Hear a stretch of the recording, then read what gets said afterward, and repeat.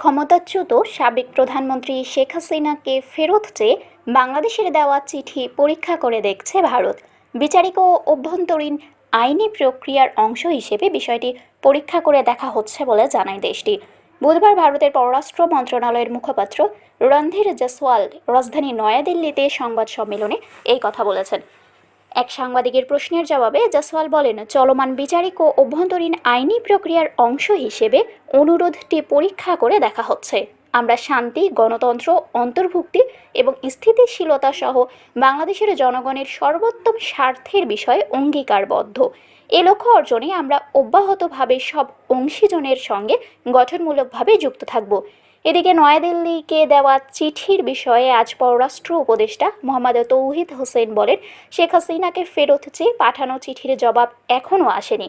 দুপুরে পররাষ্ট্র মন্ত্রণালয়ে সাংবাদিকদের প্রশ্নের জবাবে তিনি এই খবর জানান। এদিকে নয়াদিল্লিকে দেওয়া চিঠির বিষয়ে আজ পররাষ্ট্র উপদেষ্টা মোহাম্মদ তৌহিদ হোসেন বলেন, শেখ হাসিনাকে ফেরত চেয়ে পাঠানো চিঠির জবাব এখনও আসেনি।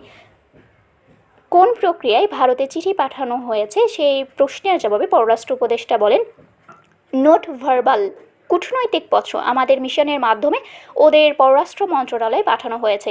এখনও কোনো উত্তর আসেনি। এত তাড়াতাড়ি উত্তর আশাও করি না আমরা। গত বছর ছাত্র জনতার অভ্যুত্থানের মুখে ভারতে পালিয়ে যান শেখ হাসিনা। এরপর তাকে প্রত্যার্পণের অনুরোধ জানিয়ে বাংলাদেশ 2 দফায় চিঠি দিলেও সাড়া দেয়নি ভারত।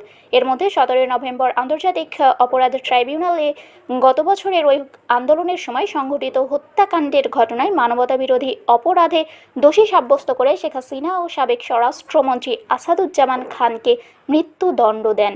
এরপর শেখ হাসিনাকে হস্তান্তরের জন্য ভারতকে তৃতীয়বারের মতো চিঠি দেয় বাংলাদেশ। চিঠিতে বলা হয়, বিস্তারিত বিচারিক প্রক্রিয়া শেষে 17 নভেম্বর আন্তর্জাতিক অপরাধ ট্রাইব্যুনালে রায় দিয়েছেন। আদালত মানবতাবিরোধী অপরাধের দায়ে শেখ হাসিনাকে মৃত্যুদণ্ডে দণ্ডিত করেছেন।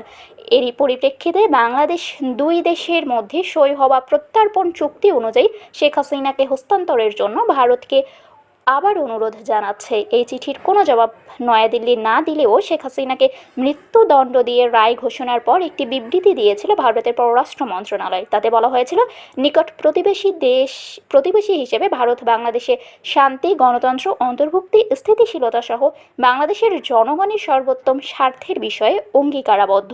এই লক্ষ্য অর্জনে আমরা সবসময় সব অংশীজনের সঙ্গে গঠনমূলকভাবে যুক্ত থাকব। শারমিন শিমু, বরেন্দ্র টেলিভিশন।